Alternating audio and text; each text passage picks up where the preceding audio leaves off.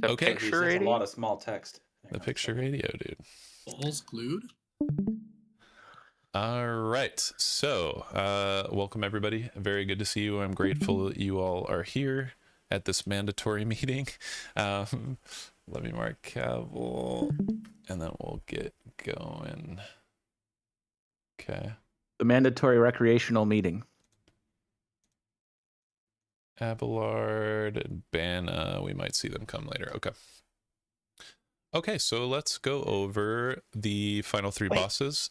Of some note, as it happens, these last three are going to be all from different raids. So we're going to hop around from raid to raid on this one. So enjoy that. We're going to start in the Void Spire with the triple paladins. LBP, these are the light blinded vanguard guys. So we get to beat up on 3 Abelards. So triple cleave. This is going to be easy. Just send them to the beach. What you'll notice is there's 3 targets. However, it's kind of rare that all 3 are together at a time. So it's kind of like 2 target cleave with an extra one. What you'll also notice is that there are 3 different types of paladins. So there's a prot, there's a ret, and there's an H-pal. When on pull you lust, the 2 of them bubble, and the ret paladin pops wings. So have your mass dispels ready. I'll probably be me actually, but anyway, that's how that goes. So let's just see what it goes through. Basically, each of the paladins have their own signature consecrate ultimate ability, and that turns into area denial in the room. But let's just see how that goes. Oh yeah, and as far as tanking is concerned, tanks, the prot and the ret do a judgment ability that you'll basically need to swap who's tanking the prot and the ret. The holy paladin, as you might expect, doesn't do a ton of damage, and it's a caster, so you'll want to have aggro on it, but whoever has aggro on it, it doesn't really matter like who, it's not that big of a deal. And you actually control its positioning by the raid's positioning, because it will, the prot paladin will hop on its elephant and charge the furthest person away. Is it kill one, then the next and the next, or is it all 3? It's all 3. They don't share health. Good question. And you want to kill them all 3 at the same time. See, she's back there casting exorcism. Okay, so this one is just a spread mechanic. She's going to throw Avenger Shield at 3 targets, so just take these out of the raid, spread out, no big deal. Do all 3 of them need to be kept like dragon? Not exactly. They don't enrage when they get further away from each other like the dragon. Good question. But if you kill one before the others die, the others will start doing more damage. So you don't really get much for like blitzing one of them down. You'll want to keep them at relatively equal health, but you don't have to manage it as closely as you did with the dragon. They'll probably be within 10% though all the time, even without you trying, because you're going to want to cleave them. So she charges in, and now she's casting Blinding Light. This is a protective cast, but she's got a shield. So swap to her, break her shield, kick the Blinding Light. No big deal.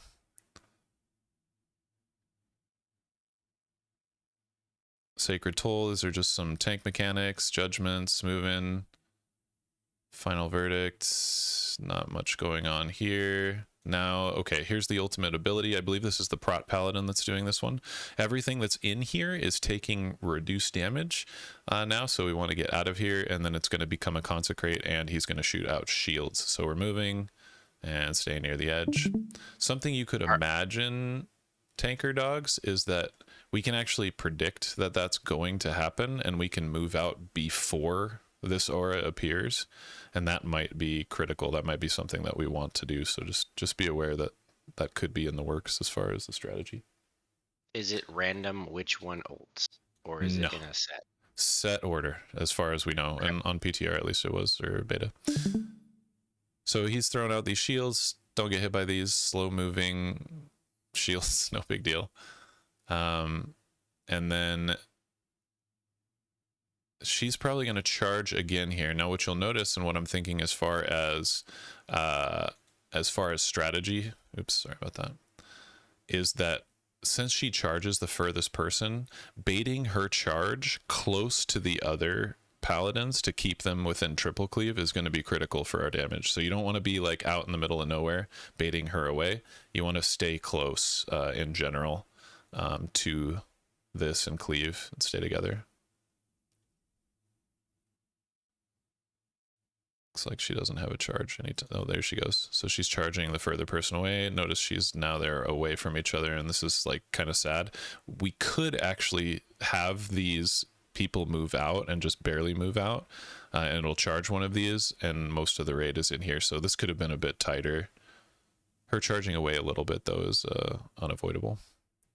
Okay, Ret Paladin is ulting execution sentence here. So this is hot off the press as far as me learning. So you got a beta exclusive, PTRU exclusive here. This execution sentence will only target healers. And it scales with raid size. So there's 2 here with their smaller raid size. We'll probably have 3 or 4, I would imagine. Hold on. Oh, never mind. We're good. So just be aware of this. These are split soaks. So basically you just need to assign the raid. Probably what I'll do is have the I'll have the healers marked, and so we'll know like who's going to go in whose, and then the healers will have their assigned positions of where they spread out to.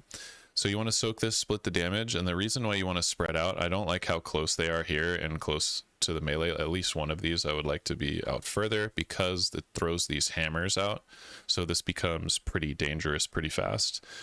Whereas if they're more spread out, then that's like a lot easier to dodge, but they deal with it. It's tuned pretty lightly, but it might start one-shotting us, so just be aware of that. More spread out mechanic, take this out. But in general, stay tucked in range as much as you can. Does that shield do line of sight as well, like arrow type stuff? Like would they spread out, shield comes to the boss, you get hit by it while it travels to them, or no? Oh, no, I think it's just that. Good question. I think it's just that circle around them. Yeah. I don't think there is like a slow travel time there, right? But it doesn't hit anybody along the way. Just spread out, don't be in the circle. It's simple. What's up, monkey? I got a little niece. They're sleeping over today, so she hopped in the room. Okay, so that's that. Now there's one last ultimate, Consecrate, that you haven't seen, which is from the Holy Pally, War Chaplain Sen. Aura of Peace.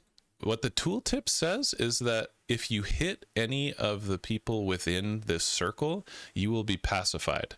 So either we need to pre-move out or not. This wasn't really working on beta, but the Dungeon Journal says that you will be pacified if you hit anything while it's in that circle. So she is casting something called Tyr's Wrath, and this is going to be hard for you to see, but basically she picks the 3 targets that are closest to her and puts in a heal absorb on them that is like more than their whole health bar. It's a crazy heal absorb on 3 targets, and it stacks.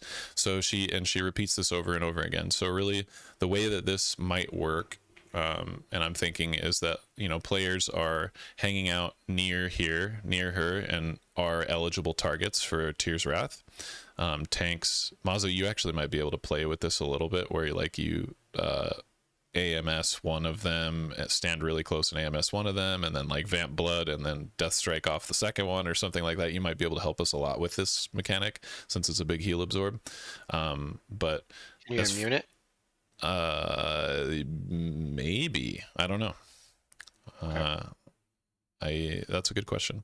But anyway, hits the 3 closest targets. So the general rule with this is just, you know, be close by and then watch as she's casting this for like the next 5 or 6 seconds, watch your health bar, and as soon as you notice you have a heal absorb, then move away and put someone else between you and her over here, so that so we'll cycle people out basically and spread out the heal absorb. If you get 2 stacks, you're basically dead. 3 stacks for sure dead. So you can't just like sit here and cast. You have to watch your health bar and then move away from her. And it's not that obvious that you're in danger, right? Because it's just a heal absorb. So you have to watch pretty closely. But if you know what's happening and predict it and react accordingly, it's really not that bad. So that is what that is. Tyr's Wrath. And so then from here, it's the same thing. It just repeats from here. So you'd want to be baiting her. She's about to charge with her elephant here soon. So move in close as much as you can. And she's going to do 1 cast, I think. Sacred Shield. Yep, and here she comes. And then swap to her. Break her out. And repeat. So that's all the mechanics.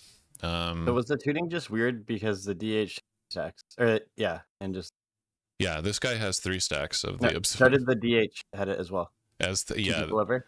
Yeah, and they healed it off. Yep, they didn't. I mean, this is just heroic and it's beta tuning, so it's a little bit lower. It was super brutal on Mythic, but yeah, I mean, I don't know. We'll see. We'll see how it goes. I think What if like, you like pump like healing CDs and like I might be able to like if one person gets a lot of stacks, I could GS them and we could single target into them. There's definitely some ways to go around it, but in general, I think spreading them out is better, unless we have a very specific plan for it. So yeah, that's it there. Does anybody have any questions about these guys? They're relatively simple, but we just need to be aware. When are we rusting to do the shield and stuff? Is it still just on pull? I think it's on pull, and you just have a Master Spell locked and loaded. Just start by targeting the Ret Paladin, since he's for sure available for first global, and then tanks just need threat on that.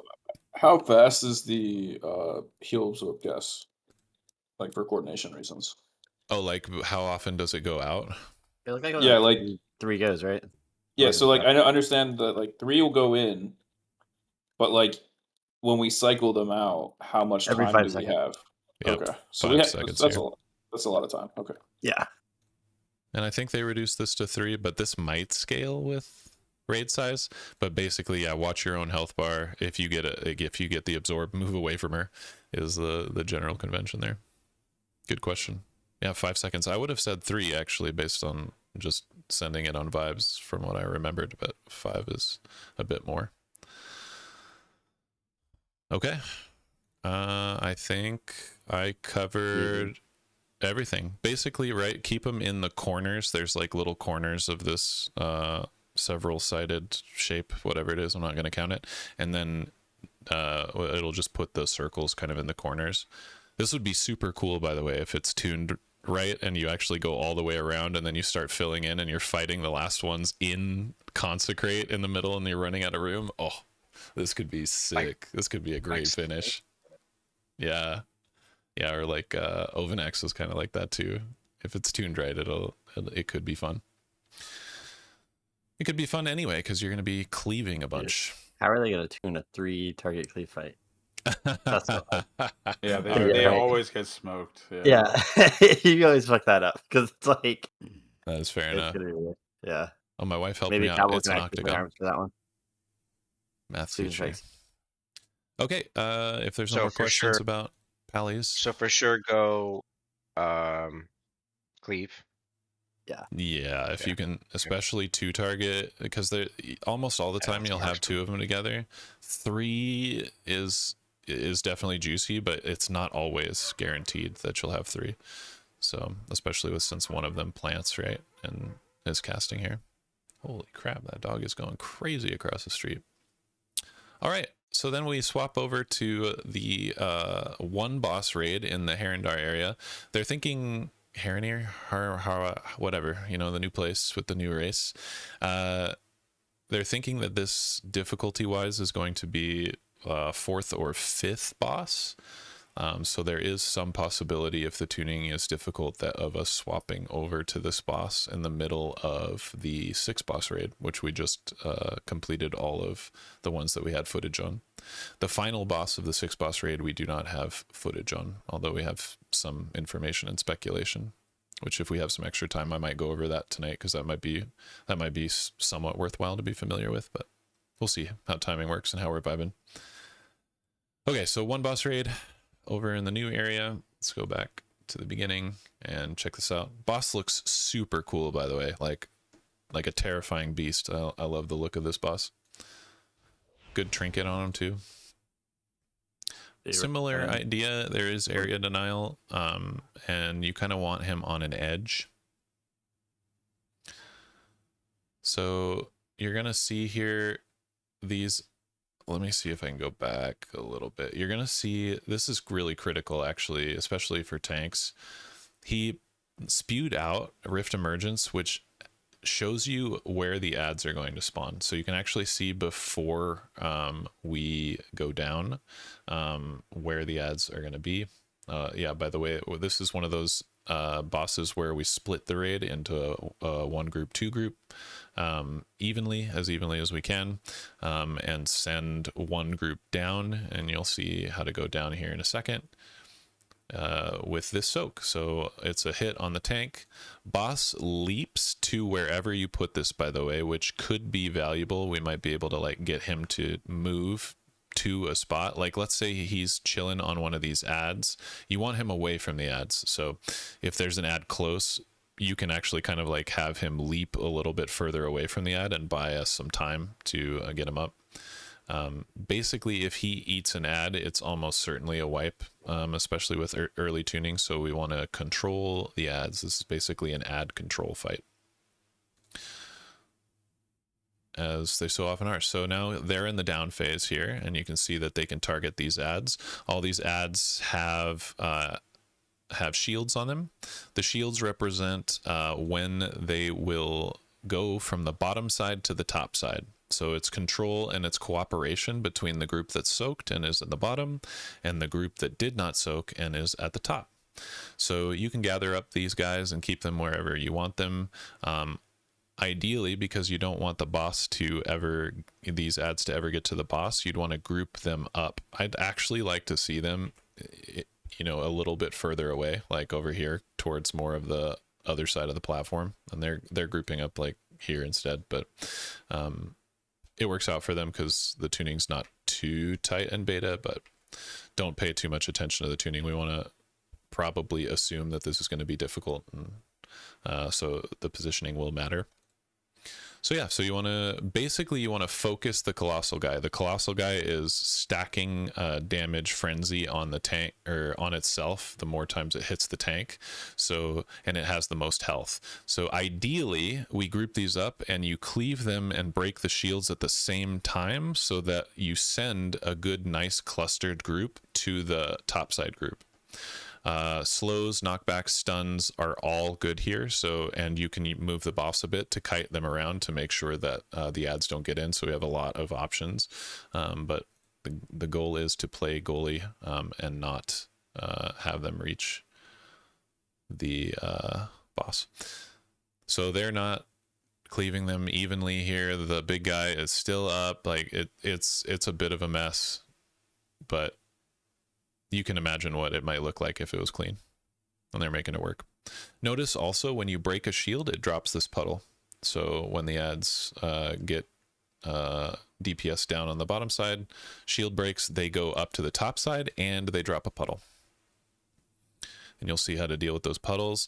The puddles are actually dealt with this blue circle. Random players will get this dispellable debuff on them. So just go next to the puddles. This guy is actually standing in the puddle. It's hard to see here, but he's inside the puddle. That's unnecessary. You can just stand next to it and it would cleave and dispel like this puddle and this puddle. So ideally you want to try to get 2 puddles with each dispel, but you don't need to stand inside of them like they're doing here. So all that's happening. Very cool. So now they have new ads. So very, very important that you take a look at this and see where they are. Notice that there are like 2 of them are very close, right? 2 of them are like right here. So this is very careful moment. You don't want the boss to get here. So where they put their tank slam here will be important. So it'll be interesting to see where they put those. Or I got something with the dispel that they did. Yeah. That one guy was overlapping both circles, but it only did the one. Is there like a need to cover or something? It should get 2. It might have just been. It didn't get that big one. That's like still on the screen. Right. Yeah. The circle was in it. Yeah, maybe it limits like how many it gets. The Dungeon Journal does not say, but right. you might be right. You'll get to see a closer look on how it works with the next set, I think, because this guy that we're watching the POV of. So they did a slam right on the ad. If you'll watch here, it's hard to see, but the boss will actually pick up a stack almost right away of Cannibalize, and it's doing 10% more damage for the rest of the fight. So if this is tuned tightly at all, like that, even just one little ad can be a wipe. Okay, so you're seeing now the ads are coming topside. This is what it looks like when they break, and now they're fixated at the boss. Again, like look at how little space there is, especially if you're thinking your melee here. Like, how do you get in and help out? So I think tanking them and breaking them a little bit further away would definitely be helpful. But yeah, they're tuned to not have too much HP here, so they make it work. But yeah, again, knockbacks, stuns, slows work on these. So any type of CCs like that, very good for basically everybody to have, because the name of the game is control the ads. Okay, so see the debuffs here. He goes in, doesn't get dispelled here. It's the evoker that gets dispelled. So I don't know if we can see how that behaves exactly. But I think he gets more, the evoker gets more than one puddle here. Yeah, it looks like they got this one and maybe one over here and possibly one over here. I don't know. Is that how many puddles spawn? Is it? It's based off of the ads that break. So as many ads that break, I think there's a lot of puddles in there that are on top of one another because they cleave down the ads. So he does that, and then you'll see here there's another puddle right between. So he's between. He was anticipating that there was going to be a puddle there, and then I think he gets a dispel and it clears both of these. Yep. Yeah, maybe that first one they were just on the lip. Yeah, it was a little weird. Okay, so he casts Consume here. So if any ads, so it's a bit of a race to kill the ads. So if any ads are up, even if they don't reach the boss at the end of this Consume cast, he gets them. And so GG. So you got to kill those ads quickly, swap to them instantly. And now he's transitioning into his intermission phase, which is the second phase. They're playing around with this. This looks like he's going to deep breath. If you're familiar with deep breath mechanics, it's baitable, like where it's going to go. Originally, they were thinking it's going to go straight across the middle and bisect the circle platform that they're on. But actually, it seems like it's baitable. At least the first one, he's going to deep breath a little bit more too. So the key here is, as a group, deciding what you're going to do, right? You bait together and you move together. You don't want to end up on either side of this breath. You want to all be on the same side, at least on normal and heroic. On mythic, actually, you have to split, but. So they're split up. Is there a reason why we want to choose one side or the other? No, it's pretty arbitrary. We just need to pick one and go together, right? It kind of doesn't matter which one, but staying together is just easier for healing, and it's easier for grouping up the ads, and just basically easier in general. If we're all split, then it's just not as clean. Okay. Yep. So killing the ads, and now they got a bunch of crap on the ground. There are going to be some dispels here to help them clear it. So probably you actually want to clear what they're calling right now, and what you're going to see is that they're not going to dispel because they think they can bait, and they're going to try and bait the breath close to the other breath so that they get them on top of each other. But they're not sure how it works, and so it doesn't work for them. But they're not going to dispel here. I think they should have. It's fine. So the breath happens, and this one seems to almost bisect the platform and wasn't necessarily baited on them because a lot of them were over here. Or it baits earlier than the animation looks like, so it might pick a group of targets earlier. Not sure exactly how that works, but it's worth thinking about and seeing what we can do to make it clean. I think ideally, if the breath is off to the side of the platform and is like a a cord off to the side and takes up less room, that'd be ideal. And then if we can get breaths on top of breaths, then we can get dispels that cover much more puddles. So we can keep it clean. So that's it. This guy does a death drop at the end of his phase where he lands, and it's aura farming for sure. Watch the health bars here and how much damage this does. They even have an AMC up. It's nasty, dude, and they get launched into the air.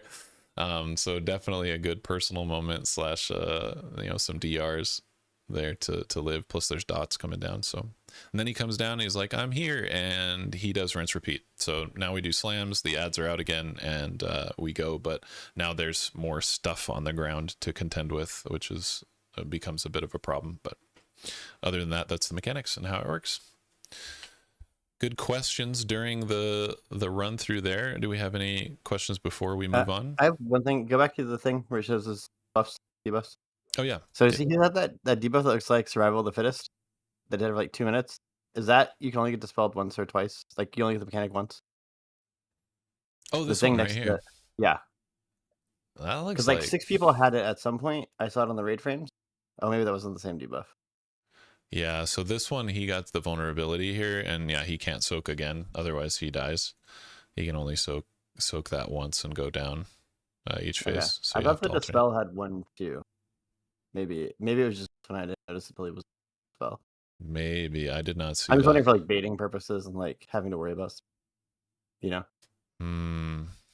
Maybe. I don't think so. I don't think it's that complex. I think you're good on that. Okay. Cool. Good question there. Just go through the raid plan really quickly. I drew this up to think about Mythic. A little bit of a spoiler about Mythic is that if the downside people touch the topside people, both people die basically right away. It starts taking damage. And so you actually have to kind of organize. So I was thinking, the group would break them out, break the shields, and then they'd go topside. And once they're up there, that group would go this way and come back to the boss, and the other group would come to the ads around this way. And so you'd kind of have this sort of circular convention where the two groups never meet. But yeah. Fire trucks. Let's go. Ready? We're going fire truck and Fire truck. police car again. That's actually true, because we can actually coordinate this one, how the raid is split. Cool. Any more questions before we move on to Big Ol' Hen, the last boss? Yeah. Are the ads the same every time? Yes. It's Same always location and everything. So I have one here that's called Kick Me. It's this guy here. He's the Haunting Essence. That one will cast a fear on, and it's like a AoE bomb fear. So very important that we kick that. And then you focus this guy, kick him, and then these little guys will spawn around. The ads don't spawn in the same place every time though. They're kind of all over the place and random, it seems. So we'll have to react based on the little information that he gives us, little time that he gives us, and helping the tank group these up in the place opposite of where the boss is going to be really good, being aware of that. So like if you were standing off like DPSing over here and like you hit this guy and it starts coming towards you, and now it's over here, and now the shields are not getting cleaved down evenly, that wouldn't be great. So like in your case, Thea, like if you notice you have aggro on an ad and you're DPSing, you'd blink in and try and bring this ad to the group and bring it to the tank as quickly as possible. Anything that you can do to get them together would be helpful. Cool. Very good. Very good questions. Good interaction. Appreciate you guys. Okay, so I'm going to go over this other boss pretty quickly. This one is super cool, I think, but is not going to be available to us for like 2 more weeks. So it's in the other raid that's not even going to be released this next week, but it'll be good for us to be somewhat familiar with how it goes. So this is Alar 2. Belloren, or Big Ol' Hen, and let's just go through it real quick. 2, 1. So comes down, does void light something, and basically what she's doing is assigning you a color. So you're either dark or you're light. This guy got a yellow feather, so he's light. It's a little difficult to tell just by his portrait. Definitely check your debuff and just make sure that you know whether or not you're dark or light. It's half the raid one, half the raid other, and it's kind of random. Cool. So then there's a soak. We basically want to drag the boss. You might be noticing a pattern here, tanks. Drag the boss to the edge. We're going to do a soak on the edge. And notice this soak, how far it knocks this guy back. He just went flying, dude. So that's like a 40-yard punt almost. So you can handle that however you want. You could, what I would recommend not doing is getting punted towards the boss, because almost right after the soaks, the tanks are doing a taunt swap dance type of frontal cone thing that the boss is doing. So you can actually get tapped by, like, bounced in front of the boss and then coned. So anywhere but the front of the boss is pretty good, but you could get knocked towards the the wall, and just get knocked back into the wall. You get knocked back over here, like, pick whatever works for you in your class, and you can disengage midair or whatever and stop the knockback or whatever. All good, but just be aware that there's a knockback there and deal with it. Woohoo! If you are the person dropping the circle, you get knocked back in the direction of your back. So the opposite of wherever you're facing is where this will knock you back. This mechanic is not just a soak, it actually spawns an ad. So you'll notice an ad zoomed in here. It's the same color as the soak itself. And I also failed to mention that you should soak this puddle if you are the same color. So if you're a light person, you soak it. You cannot soak it if you're the dark puddle. And that's the core mechanic of this whole fight, is that you do the mechanics that are colored after your color that you're randomly assigned. So you need to kind of keep in mind your identity. Your identity is, if you're this chicken, you're the light one. I thought it was the opposite color. Nope. Yeah, you do the same color. You're okay. Also, similarly, it's casting stuff too. See how it's casting Light Blast? You can't kick it unless you are light. The dark people cannot kick this. So it becomes kind of interesting too when both of them are out. I believe, Mazza, you can grip this ad onto the boss. And I think that's probably the best way to handle it, is when they spawn, just grip it onto the boss. Yep. Oh, and that's what they did there. Perfect. So notice the boss is going down super fast, but it is Phoenix, so it will rise again.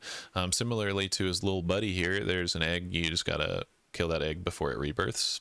Okay, so now there's quills here. This basically picks a target and tries to kill it with a quill. It's a line projectile.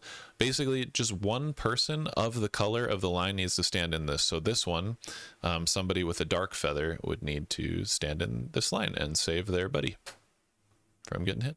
That's all that is. Then these orbs, similarly, you'll notice a pattern here. Light guys need to soak these orbs. The tooltip in the dungeon journal says that it explodes for raid damage every time you soak an orb. So you'd want to not soak too many, and basically soak the ones that are going to go through the boss. So it might be these ones here, to make sure that the boss is clear, and then you'll be good. However, this was not exploding for raid damage on testing, so they were just zooming through and soaking a bunch of orbs, and it made it like super easy mode, so you're not going to see that here. But if we have to limit the number of orbs, just be aware that that might happen. Cool. So yeah, they soaked a ton of orbs. He's like soaking unnecessary orbs there. And then they, air quotes, kill the boss, but it goes towards the middle. It's going to do a death drop here. They split up here. What I'd like for us to do is group up on a warlock gate, and then as it hits the ground and knocks us into the air, we take the gate in towards the center. But he's just going to do boomkin stuff, and then it's going to start doing this pattern. So it's a dance pattern. You go in, again, the color that you are. Sometimes during testing, your color was changing during this part, but I don't think that's intentional. I think your color will stay the same through this, but you want to basically be in the spot that you're not. So I expect him to move over here into the light. If he's in the dark, he'll take mega damage and maybe be in death range. This, by the way, is the lust spot because the egg is the real HP bar of the boss. The other HP bar does not matter. So we would lust and blow coolies here, which is about 1 minute into the fight. So that sucks. If you're like a high, if you're like a 2 minute or more, the ethical thing probably to kill the fight is to save your 2 minutes until this egg portion. Although it may be tuned that the bird has more health and then we're in that phase for much longer. So that might keep that timer is probably wrong. Just be aware. It might be 1:30 or 2 minutes by the time we push them into egg phase. Cool. So now it's repeat. The boss is going to pulse again and assign new colors to everyone. Randomly, you could be the same one or you could change. So just be aware. And then now it's going to do soaks. So it's going to spawn ads on these soaks, but there's 2 now. So, and they're of both colors. So just go into the one that corresponds with your color, not the opposite, right? Don't get confused. So he's going to go to this far one and then just plan for the mega knockback and don't get knocked in front of the boss, like anywhere but in front of the boss. You can even, if you're melee here, like I would get knocked like right behind him, is totally fine. But yep, anywhere but in front because he's going to start doing these cones. You'll see the cones are happening. So yep. Then kill your ad, kick your ad. Ads are priority. And then we're going to soak some orbs. And that's basically all the mechanics. It just gets a little bit more hectic, right? Because there's orbs coming from both sides of different colors. But if you know how it works, it's not too bad. In general with this, I think what I'd like to do, Tanker Dogs, is keep the boss a little bit closer and then put the boss so that the frontals are away from the group. So yeah, basically any way that we can do that. If we do like this, I think probably what's best, Tanks, is if you face this away from the group, like move them up here and you start tanking it like vertically here, because if the boss is faced this way and a frontal happens while people are going out and trying to soak those orbs, that could be rough. Maybe something we need to do depending on the timing of the frontals. It may also just not be relevant. That's subject to change, so I don't want to get too married to any strategies there. Appreciate the little guy's name. What's his name? Little guy. Oh yeah, you gotta get the little guy. Yeah, I get the little guy. Yeah, I didn't know they were grippable, so I was thinking like Mr. X and stuff would be good here, but he'd probably just get gripped like right on here every time. And when 2 of them spawn, Mazza has 2 grips and he can grip both of them in, so that should be OP as heck. Death Knight raid buff. Cool. Just MD anyway, though. Sure. I mean, it doesn't hurt. Definitely doesn't hurt, dude. Yep. Send it. It's better than it going and meleeing a healer. Okay. Anybody have any questions on this final boss that we had footage on? Seems pretty fun. That one's fun and pretty straightforward. I think it's like easy to understand, but the execution is actually where the difficulty lies. But it's a cool boss. Okay. Then that's it for that. We do have a little bit of time. As far as your preparation is concerned, I would pay it as much attention as you can to the last boss in the first raid. As far as next week, us getting value in our preparation, watching raids that are going to kill it before us. So it's called Crown of the Cosmos. If you can see this fight, this is going to, the more you know about this, the more time it's going to save us. Just to give you a little precursor, so if you're watching like the Race to World First or whatever, so you understand like what you're looking at, let's take a look at the platform for it. Kind of cool looking platform. So what we think is boss is in the center and probably not attackable, and then there's going to be these ads that are on either side, and they should be tethering her to to the ground. And so basically we need to kill the ads so that we can get to the boss and unlock the phase. The ads should be, so there should be basically, one of these should be like a melee ad. One of them is a tank ad that has like a swap or frontal mechanic. I can't exactly remember, but just be aware of that. We could take a look if you're curious. And then one is ranged. The ranged one casts like a big circle around it that you would have to run out of, and if you stay in, it like drops your DPS by like 80% or something like that. Stupid. So they clearly want like you to split your raid into 3 different camps and kill these. Also similarly, boss is going to target you with arrows, and you want to get hit. You want, there's 2 things that you want to explode on the ads. There's like little crapper ads. I don't know, like, you know, what those are, what they look like, but you want to bring them over, and when they explode, you do 30% more damage to the ads. So that'll be good for maximizing damage, and we'll need to do that. Also, they can't die, any of these big ads that are rooted, until they get hit by her arrow, the boss's arrow. So if you get targeted, you have to bring it into your ad to make it vulnerable to death. And that's kind of a running theme of the fight, is she has like these arrows and you utilize them to your best ability. You also get stacks. So every time you get hit by a void ability, you get stacks, and you want to clear those with her arrows. And then the enrage of the fight later is that you get hit by void abilities and you get stacks, but there's no arrows to clear it. So you just kind of start to bleed out. You get stacks and stacks and more stacks. So it's a race against time there towards the end. There's a lot of area denial. There's 2 intermission phases, but basically those are like super dodge phases. What's interesting is that the intermissions, the first one is knockbacks, and then the second intermission will like grip you around the platform. So I think there's like easy ways, rest in peace me, for getting knocked off the edge.